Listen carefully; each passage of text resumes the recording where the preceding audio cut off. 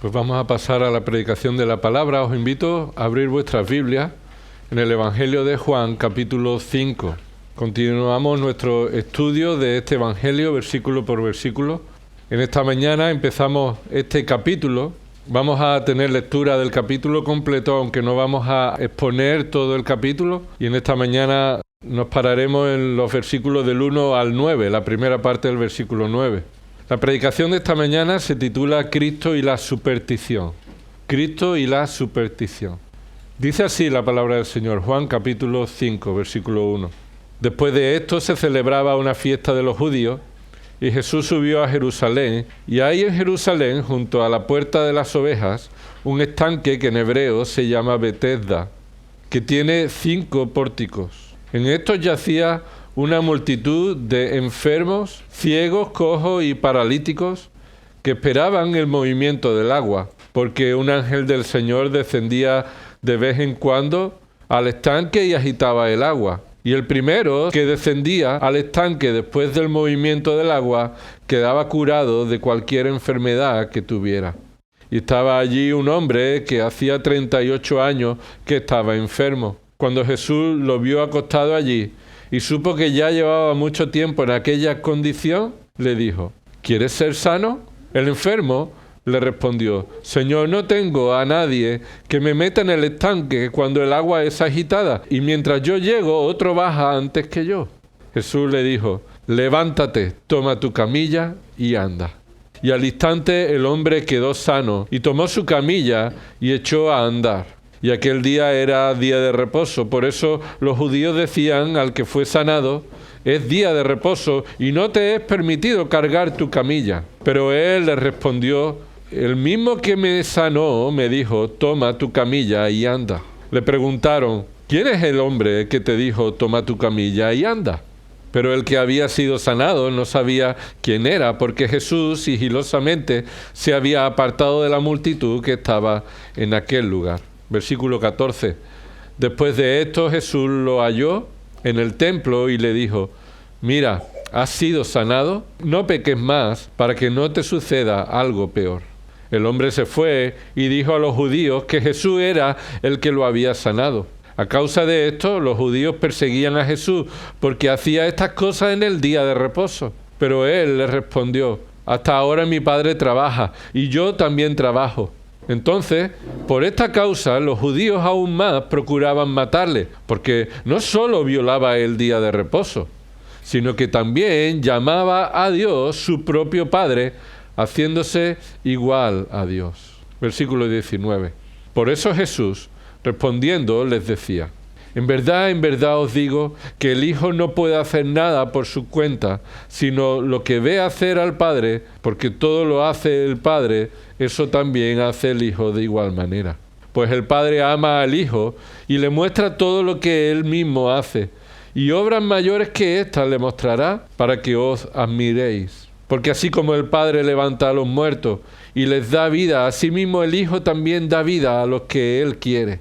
Porque ni aun el Padre juzga a nadie, sino que todo juicio lo ha confiado al Hijo, para que todos honren al Hijo, así como honran al Padre. El que no honra al Hijo, no honra al Padre que le envió. En verdad os digo, el que oye mi palabra y cree al que me envió tiene vida eterna, y no viene a condenación, sino que ha pasado de muerte a vida. En verdad os digo que viene la hora, y ahora es, cuando los muertos oirán la voz del Hijo de Dios, y los que oigan vivirán. Porque así como el Padre tiene vida en sí mismo, así también le dio al Hijo el tener vida en sí mismo. Y le dio autoridad para ejecutar juicio, porque es el Hijo del hombre. No os admiréis de esto, porque viene la hora en que todos los que están en los sepulcros oirán su voz, y saldrán los que hicieron lo bueno a resurrección de vida, y los que practicaron lo malo a resurrección de juicio. Yo no puedo hacer nada por iniciativa mía. Como oigo, juzgo, y mi juicio es justo, porque no busco mi voluntad, sino la voluntad del que me envió. Si yo solo doy testimonio de mí mismo, mi testimonio no es verdadero. Otro es el que da testimonio de mí, y yo sé que el testimonio que da de mí es verdadero. Vosotros habéis enviado a preguntar a Juan, y él os ha dado testimonio de la verdad. Pero el testimonio que yo recibo no es de hombre, mas digo esto para que vosotros seáis salvos. Él era la luz que ardía y alumbraba, y vosotros quisisteis regocijaros por un tiempo en su luz. Pero el testimonio que yo tengo es mayor que el de Juan, porque las obras que el Padre me ha dado para llevar a cabo, las mismas obras que yo hago, dan testimonio de mí, de que el Padre me ha enviado. Y el Padre que me envió, ese ha dado testimonio de mí. Pero no habéis oído jamás su voz, ni habéis visto su apariencia. Y su palabra no la tenéis morando en vosotros, porque no creéis en aquel que él envió. Examináis las Escrituras, porque vosotros pensáis que en ellas tenéis la vida eterna, y ellas son las que dan testimonio de mí. Y no queréis venir a mí para que tengáis vida. No recibo gloria de los hombres, pero os conozco que no tenéis el amor de Dios en vosotros. Yo he venido en nombre de mi Padre y no me recibís. Si otro viene en su propio nombre, a ese recibiréis. ¿Cómo podéis creer cuando recibís gloria los unos de los otros y no buscáis la gloria que viene del Dios único? No penséis que yo os acusaré delante del Padre. El que os acusa es Moisés, en quien vosotros habéis puesto vuestra esperanza. Porque si creyerais a Moisés, me creeríais a mí, porque de mí escribió él. Pero si no creéis sus escritos, ¿cómo creeréis mis palabras? Señor, te rogamos, Padre, que tú nos enseñes tu verdad por medio de tu Espíritu. Que Cristo sea exaltado, Señor, por medio de la exposición de tu santa palabra. Que tú traigas salvación a los pecadores, que tú traigas santificación a tu iglesia. Todo esto oramos en el nombre de Jesús. Amén. La superstición ha estado muy ligada con la religión, con la fe. Los sistemas religiosos falsos están construidos en esta superstición. En realidad es un sistema de superstición. Y así puede verse como Pablo lo declara en Hechos capítulo 17. En el versículo 22, Pablo dice así, cuando estaba en Atenas y había estado paseando por esa ciudad, y habló acerca de los atenienses con respecto a su religiosidad de esta manera. Hechos 17, 22, entonces Pablo, poniéndose en pie en medio del Areópago, dijo, varones atenienses, percibo que sois muy religiosos, observa, muy religiosos en todo sentido.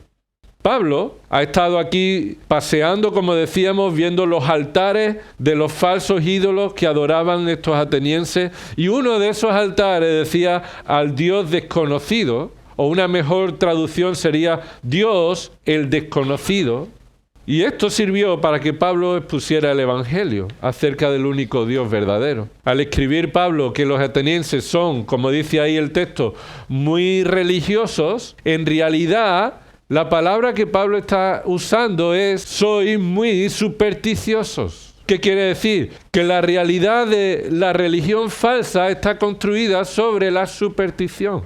Esa es la palabra griega que se usa aquí. Y si profundizamos un poco más, la superstición, como esta palabra que Pablo utiliza aquí, es una palabra compuesta que significa temer a los demonios. Temor a los demonios o adoración a los demonios. Por tanto, Pablo decía que ser religioso de un sistema falso era adorar a los demonios. Y eso es la superstición. Eso es la superstición. Aunque pueda parecerse a la verdadera religión, la superstición establece un sistema de normas, de ritos, de enseñanza, de prácticas que buscan satisfacer los deseos de los falsos dioses, que el hombre construye en su mente, en su corazón, y que llevan a cabo en un falso sistema religioso. Cruzarte con un gato negro, pasar por debajo de una escalera, y cosas así pueden parecer inocentes, pero se entienden como superstición. Pasarle un billete de lotería en el lomo de un jorobado, como dicen otros, o que te hagan un mal de ojo y te mire alguien con unos ojos desviados. Eso, aunque parece historias, en realidad es la forma en la que el hombre ha construido su religión, sus temores, sus engaños, su angustia, Eso es lo que trae la superstición al hombre. Ya sea que pienses que hacer estas cosas aleja la mala suerte, en realidad estás sostenido y metido en un sistema de engaño, de superstición, en el que temes el mal, a los malos, a los demonios. La palabra de Dios nos dice que todo lo que sucede está en las manos ¿de quién? De Dios. Dios es soberano, Él dirige todas las cosas y las cosas malas no nos suceden porque hayamos cometido algo contrario en un sistema de superstición, sino porque o Dios lo permite por el mal de otros o Dios lo permite por mi propio mal. Y ese mal no es porque hemos cruzado con un gato negro o hemos pasado una escalera, sino porque hemos ofendido la ley de Dios, hemos faltado a su palabra. En Hechos 17, Pablo continúa diciendo, versículo 24, y explica a los atenienses que la superstición continúa en esta manera en la que debe enfrentarse la verdadera religión. Versículo 24, el Dios que hizo el mundo y todo lo que hay en él, puesto que es Señor del cielo y de la tierra, ese Dios no mora en templos hechos por manos de hombre, ni es servido por manos humanas, como si necesitara algo, puesto que Él da a todos vida, aliento y todas las cosas. Versículo 26, y de uno hizo todas las naciones del mundo para que habitaran sobre la faz de la tierra, habiendo determinado sus tiempos señalados y los límites de su habitación, para que buscaran a Dios, si de alguna manera palpando le hallen, aunque no está lejos de ninguno de nosotros. Versículo 28, porque en Él vivimos, nos movemos y existimos. Así como algunos de vuestros mismos poetas han dicho, porque también nosotros somos linaje suyo. Así que ante la superstición, la única alternativa es el verdadero evangelio, la verdad del único Dios verdadero, de quien depende nuestra existencia, nuestra vida, y en el único que podemos hallar el perdón de nuestros pecados y la salvación. Así que la salvación no se alcanza por un sistema supersticioso, y las cosas buenas no le ocurren a los buenos, sino que Dios es el único bueno y que por gracia y misericordia Él se ha revelado al hombre. Él permite que aún los pecadores sigan disfrutando de la vida bajo este sol que Él mantiene, bajo la lluvia que da alimento, pero la superstición en ocasiones quiere aparentar ser la voluntad de Dios.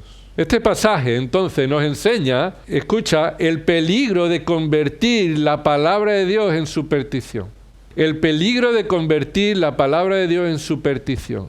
Este pasaje nos enseña que un sistema supersticioso en realidad es una falsa religión, aunque parezca ser la religión verdadera. Y esto puede afectar la vida de los creyentes, puede afectar a la iglesia, haciendo de nuestras prácticas una superstición, de nuestra tradición una superstición.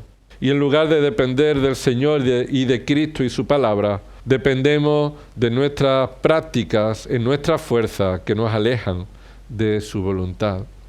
Este pasaje también nos enseña el peligro de darle importancia a las tradiciones y a las normas en lugar de la misericordia y la gracia de Dios. Y ya hemos visto cómo los judíos le decían a ese paralítico, oye, ¿cómo vas andando? Si hoy es día de reposo, ¿cómo vas con tu camilla andando? Algo irónico, ¿verdad? Porque si quien lleva su camilla ha sucedido algo para que lleve su camilla. Entonces, en esta mañana vamos a ver en estos primeros versículos del 1 al 9, la enseñanza acerca de Cristo por encima de toda superstición. La grandeza de Cristo por encima de toda superstición. Este pasaje no nos enseña a que Cristo nos promete sanar todas nuestras enfermedades. Este pasaje no nos enseña a que Cristo promete una vida sin sufrimiento en esta tierra mientras estamos en el cuerpo de pecado. Este pasaje no nos enseña que solo cosas buenas le pasan a los creyentes. Lo bueno y lo malo está en las manos del Señor. Como hemos cantado en otras ocasiones, Él orquesta nuestros gozos y nuestros sufrimientos y Él los dirige en nuestra vida. Así que no caigamos en el error, hermanos, aún los creyentes, de que cosas buenas le pasan a los buenos. Porque eso simplemente es una superstición y una enseñanza contraria a la palabra de Dios. Observemos antes de entrar en este texto algo de su contexto. Esta es una narrativa que continúa, una continuación a la narrativa anterior. El versículo 1 del capítulo 5 dice después de esto. Así que nos indica que el autor del texto está continuando en el ministerio de Cristo para traernos el propósito de ver que Cristo es el Hijo de Dios en quien tenemos el perdón de nuestros pecados. Presenta un milagro acompañado de una enseñanza. Es decir, el milagro de la sanación del paralítico es el contexto en el que Jesús va a extenderse en una enseñanza acerca de quién es Él. Y la mayor parte de este capítulo, entonces, es una enseñanza de Jesús acerca de Él y su relación con el Padre y cómo debemos responder ante su autoridad, su poder, su perdón, su misericordia. Pero también en este pasaje se presenta la oposición creciente a Cristo. La oposición creciente a Cristo y las razones de por qué buscaban matarlo. Si cosas buenas le pasan a los buenos, entonces ¿qué está sucediendo con Cristo? Porque cada vez más los opositores se presentan a Él con malas razones, con razones inapropiadas para ir en su contra. Vamos a dividir entonces este pasaje en 3 párrafos. Observa en primer lugar versículos del 1 al 9. Se nos presenta a Jesús sanando a un paralítico. Los versículos del 9 al 18 presenta a los judíos acusando al paralítico sanado de no guardar el día de reposo. Y el versículo 19 al 47 hasta el final se nos presenta la enseñanza de Jesús acerca de su deidad, acerca de su obra de salvación, pero también acerca de la responsabilidad del hombre al rechazar a Cristo. En esta mañana nos centraremos en esta primera parte, el primer párrafo, versículo del 1 al 9, donde aprendemos que solo Cristo es poderoso y no la superstición. Solo Cristo es poderoso, solo Cristo es glorioso y no la superstición. Solo Cristo da lo que la superstición no nos puede dar. Versículo 1. Se nos muestra el engaño de la superstición. Versículo 1 dice, después de esto, se refiere a lo que hemos leído en el capítulo 4, en el que Jesús va de Judea a Galilea, pasando por Samaria, con el propósito de distanciarse de los fariseos que ya comenzaban a oponerse a Cristo. Dice ahí el versículo 1, se celebraba, y más bien dice el texto, se estaba celebrando una fiesta de los judíos. ¿Qué fiesta era esta? No lo sabemos con claridad, pero posiblemente sea la Pascua, porque en el texto original dice la fiesta de los judíos, la más destacada fiesta de los judíos. Versículo 1 continúa diciendo el texto, y Jesús subió a Jerusalén. La expresión subir a Jerusalén se usa para decir que Jesús vino a Jerusalén no en una referencia de las coordenadas geográficas, que Él estaba en el sur de Jerusalén y subió al norte a Jerusalén, sino que se refiere a la altitud en la que Jerusalén se encontraba. Y si vas a Jerusalén, tienes que subir a Jerusalén. Es como si fuéramos a Ronda, ¿verdad? Si vas a Ronda, vas a subir a Ronda, porque está a una altitud superior a la que le rodea. Versículo 2 dice, y hay en Jerusalén, junto a la puerta de las ovejas, un estanque que en hebreo se llama Betesda y que tiene 5 pórticos. Es curioso esta referencia, cómo Juan la utiliza. Es una referencia geográfica, pero también lingüística, ¿verdad? Un lugar geográfico y también un nombre traducido al hebreo, que tiene origen en el hebreo. Y esto indica, escucha, que los receptores originales de esta carta eran gentiles. ¿Por qué? Porque eran personas que necesitaban conocer la traducción de esa palabra hebrea. Y por eso Juan dice que en hebreo se llama Betesda. No tendría sentido decir eso si esta carta va para los judíos. Los gentiles son los que necesitaban esa traducción. Pero también porque dice el versículo 2, y hay en Jerusalén, y describe un lugar físico en Jerusalén que todo judío debería conocer. Así que está asumiendo que quien recibe y está leyendo este evangelio no ha estado en Jerusalén o no conoce la geografía de Jerusalén. Dice ahí el nombre del estanque se llama Betesda. Este estanque nunca más vuelve a aparecer en el Nuevo Testamento, pero es un lugar al que iban muchas personas, un lugar de superstición. Y vamos a explicarlo claramente. El nombre indica que este estanque estaba en el barrio de la ciudad, en el norte de la ciudad o al norte del templo, que el barrio se llamaba Betesda. En el año 1888, en una excavación, se confirmó la existencia de este estanque con 5 pórticos. La Biblia tiene razón, por mucho que han puesto en duda que ese estanque no existía. Betesda significa casa de misericordia o casa de rebosamiento. ¿Qué sucedía en este estanque? Versículo 3, mira lo que dice. En estos, es decir, en estos pórticos o bajo estos pórticos, yacía una multitud de enfermos, ciegos, cojos y paralíticos. Es decir, los pórticos servían para muchos enfermos para resguardarse. Estos enfermos estaban protegidos bajo esos pórticos de la lluvia, del sol. Era un lugar donde, como en lugares de nuestra ciudad, hay soportales, ¿verdad? Es un lugar donde uno puede pasear, pero está bajo techo.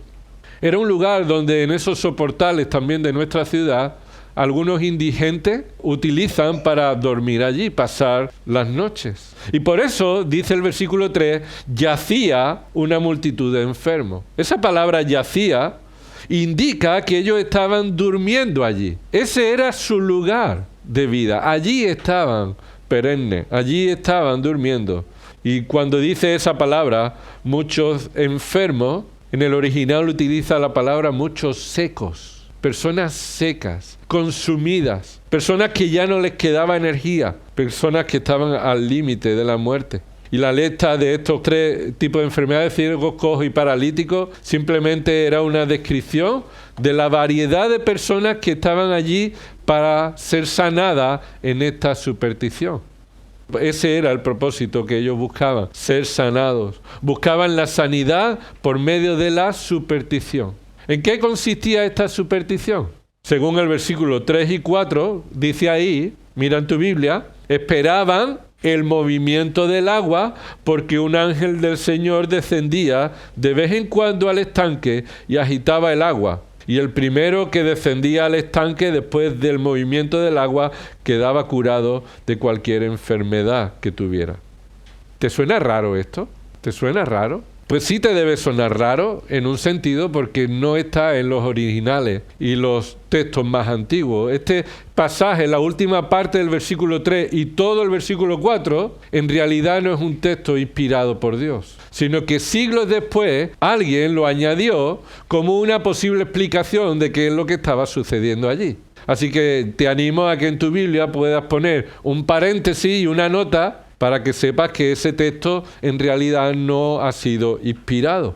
No podemos saber con seguridad por qué se añadió esto, pero sí sabemos y queremos destacar 2 cosas. Primero, que el agua de tiempo en tiempo es cierto que se agitaba. Y eso lo dice en el versículo 7, que sí forma parte del texto inspirado. Dice el versículo 7, el enfermo le respondió, Señor, no tengo a nadie que me meta en el estanque cuando el agua es agitada. Así que el paralítico estaba allí diciendo que el agua de ese estanque de vez en cuando se agitaba por alguna razón.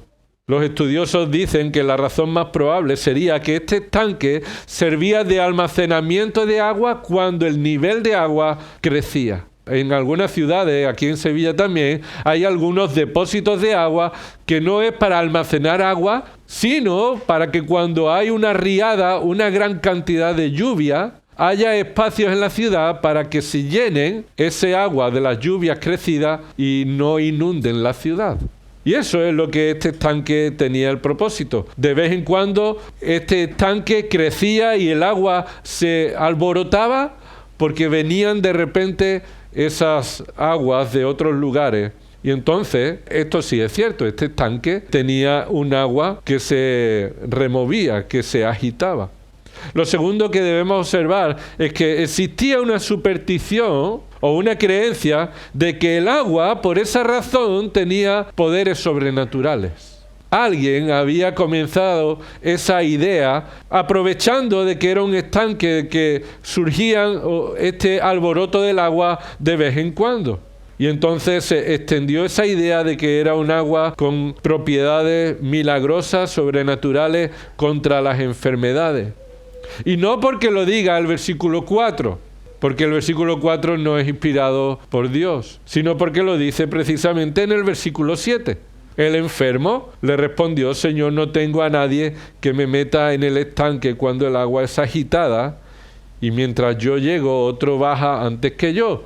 Entonces, esta es la respuesta ¿a qué? ¿A qué pregunta? Jesús le pregunta: ¿quieres ser sano? Y la respuesta es: no puedo ser sano porque no puedo bajar al agua antes que otro. Así que hay superstición, no como se dice en el versículo 4 de un ángel de Dios que viene y remueve el agua, sino que en aquella época hay superstición por pensar que ese agua tiene alguna capacidad milagrosa para sanar al primero que llegue. En ningún lugar de la Escritura encontramos que haya una carrera por alcanzar la sanidad de algún modo. Así que sí hay superstición, no como dice el versículo 4 de un ángel que removía, sino por la superstición de pensar de que el primero que bajaba al agua era sanado. No hay constancia, escucha, no hay constancia, ni en el texto bíblico ni en ningún escrito histórico, de que la sanidad de este estanque fuera real. No lo hay. Igual que no hay constancia de que las sanidades que se dicen haber en Lourdes sean reales. Pero hay muchos millones de personas que van a Lourdes buscando ser sanados. Por eso el evangelista nos presenta esta situación de superstición general, en el que no solamente en aquella época, sino a día de hoy, nosotros podemos estar confiando. Y expone en esta situación cómo debemos reconocer a Cristo como superior a la superstición. Y vamos a ver 5 detalles acerca de Cristo frente a la superstición que está en este pasaje. En primer lugar, solo Cristo conoce perfectamente nuestra condición. Solo Cristo conoce perfectamente nuestra condición. Versículo 5 dice: estaba allí un hombre que hacía 38 años que estaba enfermo. Cuando Jesús lo vio acostado allí y supo que ya llevaba mucho tiempo en aquella condición, y paremos un momento aquí. El texto no indica que Jesús supo la condición de este hombre porque alguien se lo dijo. El texto utiliza una palabra, ese verbo supo, que implica un conocimiento perfecto por quién es Cristo. Un conocimiento perfecto. Jesús ve a este hombre tumbado allí y no dice: este hombre es paralítico. Algo que tú y yo y cualquiera, usando la vista, podemos decir: este hombre es paralítico, tiene una camilla en la que le transportan. Jesús supo su condición, los detalles de su condición. Los 38 años que este hombre llevaba enfermo. Y no solamente enfermo, sino ahora esclavo de la superstición. Y esta es la seguridad que debemos tener en Cristo. Que solo Él conoce nuestra condición, nuestra situación. Y así Él solo puede satisfacer nuestras necesidades. En muchas ocasiones, cuando tenemos problemas o necesidades, las personas acudimos a otras personas para contarles nuestro problema, para desahogarnos o para también buscar consejo, ayuda. Y hermano, hermana, amigo que está aquí en esta mañana, solo Dios te conoce porque Él es tu creador. Y no hay nadie que conozca mejor a cada persona que aquel que lo creó. Nada hay escondido ante sus ojos. Todos podemos venir muy bien vestidos, con buen perfume y peinados y parecer que estamos bien. Pero Dios conoce lo profundo de nuestro corazón. Así dice el Salmo 139. Aún lo más profundo de nosotros el Señor sabe. Y antes de que la palabra que va a pronunciar mi boca salga, ¿qué dice el Señor, el Salmo? ¿Tú la conoces? Toda, es decir, perfectamente, al completo. En el capítulo 2, mira cómo Jesús dice acerca de su conocimiento.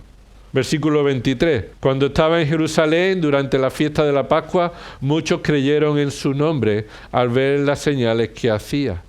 Qué bueno, ¿verdad? Que muchos conozcan y crean en el nombre de Jesús al ver el testimonio de las señales. Pero, ¿qué dice el versículo 24? Pero Jesús por su parte, no se confiaba a ellos porque conocía a todos. O sea, muchos creían en él, pero no todos creían de verdad. Y él no se fiaba, sabía lo que había en ellos, conocía a todos. Y ese es el conocimiento perfecto de Cristo nuestro Señor. Versículo 25. Y no tenía necesidad de que nadie le diera testimonio del hombre, pues él sabía lo que había en el hombre. Así que la superstición pretende ponernos a todos en una situación en la que dependamos de otras personas que nos marquen el camino. Pero solo Cristo conoce nuestra verdadera realidad. Solo Cristo conoce todo lo que somos nosotros. Y por tanto, la segunda verdad que encontramos aquí, solo Cristo puede proveernos en nuestra necesidad. Si Él conoce nuestra condición, Él también tiene poder para proveernos en nuestra necesidad. Dice ahí el versículo 6. Jesús le dijo, ¿quieres ser sano? El enfermo le respondió, Señor, no tengo a quien me meta en el estanque cuando el agua es agitada y mientras yo llego otro baja antes que yo. Y destacamos en esta conversación que no solo Cristo conoce nuestra necesidad, sino que también nos provee de aquello que necesitamos. El paralítico creía que la manera en la que su necesidad sería satisfecha es por la ayuda de otra persona que le lleve al estanque.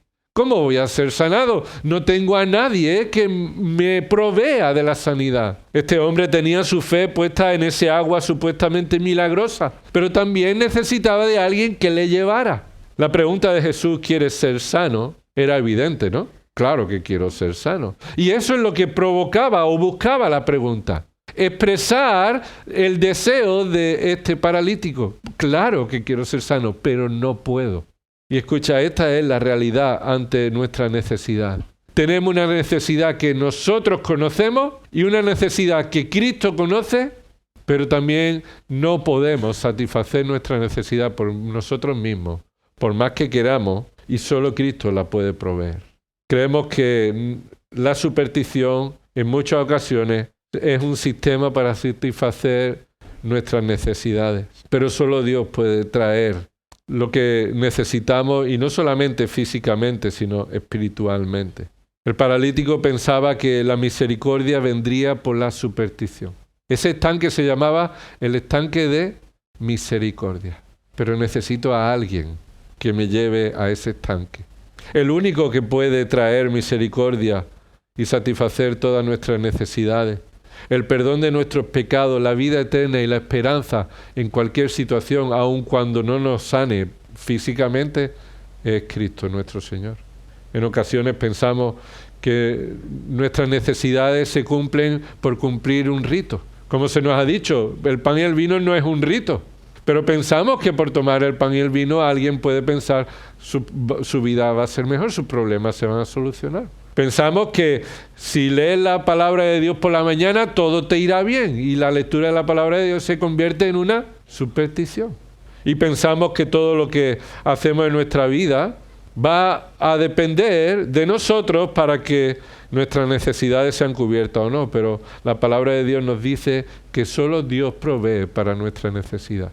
¿Y nuestra necesidad más profunda cuál es? Según la palabra de Dios, nuestra necesidad más profunda es la paz, el perdón de nuestros pecados. Y Jesús lo dijo así a los apóstoles en Juan 14. Versículo 27 dice, la paz os dejo, mi paz os doy, no os la doy como el mundo la da. No solamente el mundo da la paz de una manera equivocada y mala por medio de la superstición, sino que la paz supuesta que el mundo da no es la paz, no es la paz. Es solamente adormecimiento de la conciencia y decirte tú eres víctima del sufrimiento que te traen los demás. Tú eres solamente la víctima, no has hecho nada malo. Los demás son los culpables de lo que te está pasando. Y así es lo que el mundo le quiere mostrar a las personas y adormecer su conciencia. Pero Jesús dijo, la paz os dejo. Hay una sola paz. Es la paz con Dios por medio de Cristo. Y esa paz solamente es provista por nuestro Señor Jesucristo. Por tanto, termina Jesús diciendo, no se turbe vuestro corazón ni tenga miedo. Así que, ¿cuál es tu mejor forma para dejar de tener miedo? no es la superstición, no es hacer las cosas en una orden, una forma, no es tu propia forma de obedecer a Dios o de practicar la supuesta justicia, sino la vida perfecta de Dios en Cristo Jesús. Su gracia que Él ha traído a nuestras vidas por medio de su muerte y resurrección. La esperanza de que Cristo vendrá un día y que hasta que Él venga, Él va a proveer para nosotros toda la gracia suficiente, sea cual sea la situación. Romanos 8, versículo 3, dice, pues lo que la ley no pudo hacer, y aquí la ley se muestra en el cumplimiento del rito judío, el pensar que la ley de Moisés, cumpliéndola, hará que seamos dignos de las bendiciones de Dios, pues lo que la ley no podía hacer, ya que era débil por causa de nuestra carne, de nuestro pecado, Dios lo hizo. Y subraya esa palabra en tu Biblia, porque dice que Dios lo hizo. Nadie puede proveer, nadie puede traer a nuestras vidas para satisfacer nuestras necesidades espirituales si no es por medio de lo que Dios hace. ¿Y qué dice el texto? Romanos 8:3. ¿Qué hizo Dios? Dios lo hizo. ¿Cómo? Enviando a su propio Hijo en semejanza de carne de pecado, y como ofrenda por el pecado condenó al pecado y a la muerte por medio de la muerte de Cristo. Dios lo hizo. Así que la superstición es la forma en la que te alejas de Dios, de su provisión. Es la forma en la que confías en tus obras. Es la forma en la que la superstición nunca podrá satisfacer tus necesidades, sino solo Cristo. En tercer lugar, vemos cómo Cristo es superior a la superstición, porque Él tiene una autoridad suprema. Él tiene autoridad sobre la enfermedad. Mira en el versículo 8, ¿qué dice ahí? Jesús le dijo, levántate, toma tu camilla y anda. ¿Qué hay de llamativo en estas palabras? La ausencia, lo que falta, lo que no está en esas palabras nos llama la atención. Porque Jesús no le dice, pues yo te sano, ¿verdad? ¿Quieres ser curado? ¿Quieres ser sano? Jesús no le dijo, yo te sano. No, Jesús le dio una orden, le dio un mandato. Ese mandato era imposible cumplirlo a menos que Dios lo sanara. Pero aquí el énfasis es que Jesús le da una orden a un paralítico que no se puede poner de pie. ¿Cuál es la primera orden que viene ahí en el versículo 8? Levántate. Pero vamos a ver, no me ve. Si necesito a alguien que me ve, ayude a ir al estanque. Si tú quieres ayudarme, pues ayúdame a levantarme. No, Jesús le dice, levántate. ¿Qué implica esto? Implica la fe que Dios provee al paralítico. Implica que Dios está dando una orden y la respuesta al mandato de Cristo va a ser provisto por la gracia de Dios. Así que Cristo tiene autoridad para decirle a un paralítico que se ponga de pie, y por su autoridad sobre su enfermedad, sobre todas las cosas creadas, el paralítico puede ponerse de pie. Aquí no hay una motivación. Venga, inténtalo. Como cuando hace gimnasia, ¿no? O ejercicio, o cuando está haciendo alguna tarea. Venga, no, Jesús no estaba motivándolo. Este hombre no necesitaba motivación. Este hombre necesitaba un milagro que solo Cristo puede proveer. Así que no le está diciendo, venga, que tú puedes, propóntelo. No es ese mandato. Es el mandato de que este hombre ha escuchado a Cristo con autoridad decirle, levántate. Pero no solamente eso, toma tu camilla y anda. Todo enfatizado a que pueda hacer algo que es imposible para él. Y esto es lo que enseña esta frase, que lo que es imposible para nosotros, solo para Dios es posible. Es más, Él tiene autoridad sobre todo lo creado. Los discípulos se maravillaron estando en medio de una tormenta, ¿recuerda? Mateo 8 dice que estaban en medio de la tormenta y Jesús a gran voz le dijo al viento y al mar que se detuvieran. ¿Y qué pasó? Ellos se asombraron, dijeron, ¿quién es este que aun el viento y el mar le obedecen? Jesús tiene autoridad suprema sobre toda enfermedad, sobre toda autoridad, sobre toda necesidad. Y es así como Jesús muchas veces demostró su autoridad sobre la enfermedad. ¿Recordáis que también unos leprosos vinieron a Jesús para ser sanados y Jesús le dijo, iros al estanque de Silo y lavado. ¿Es que el agua de sí lo sanaba? No, ¿verdad? Sino que durante el camino, cuando iban, fueron sanados. Y es que Dios puede sanar, es quien tiene autoridad para sanar, fuera de toda superstición, de todo pensamiento humano. Por eso no confiemos en esa superstición inventada por el hombre, imaginada por el hombre, sino que confiemos solo en la autoridad de Cristo para hacer su voluntad. En cuarto lugar, solo Cristo hace posible lo imposible. Solo Cristo hace posible lo imposible. La superstición a veces es pensar que por hacer algo, el cosmos, el mantra y la suerte harán lo que yo no puedo hacer. Mentira, mentira, porque nada de eso existe. Solo Dios puede hacer posible lo imposible. Mira el versículo 9. Al instante, no es al día siguiente, no al rato. No, en el momento, en ese mismo instante, el hombre quedó sano. Y no debemos entonces confiar en las supersticiones falsas que son ineficaces. No nos dice el texto que el hombre tuviera que hacer nada para ser sano, ¿verdad?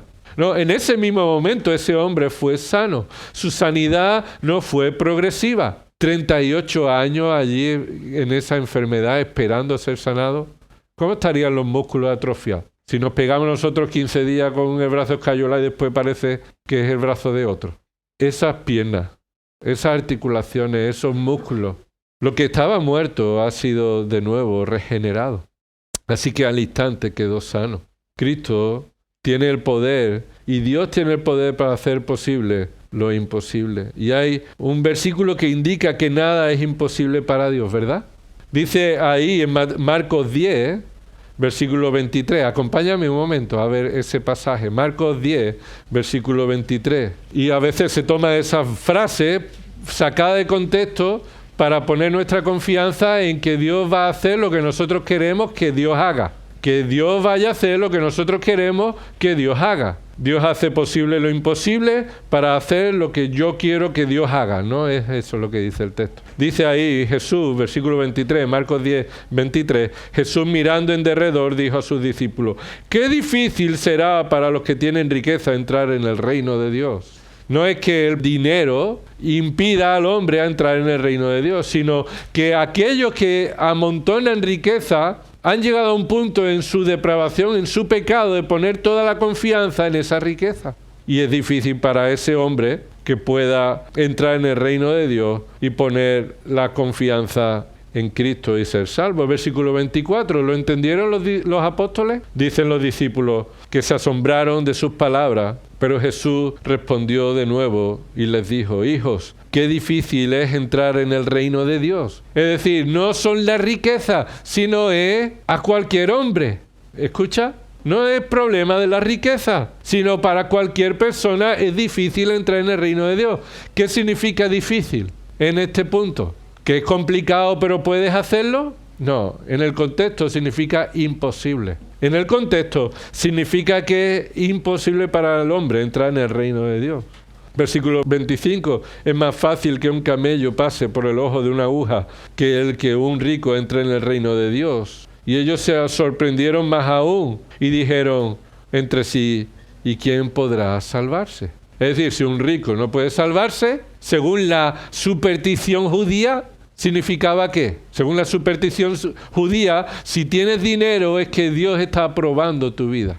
Eso es una visión supersticiosa. Pero dice en el versículo 27, mirándolo Jesús dijo: para los hombres es imposible.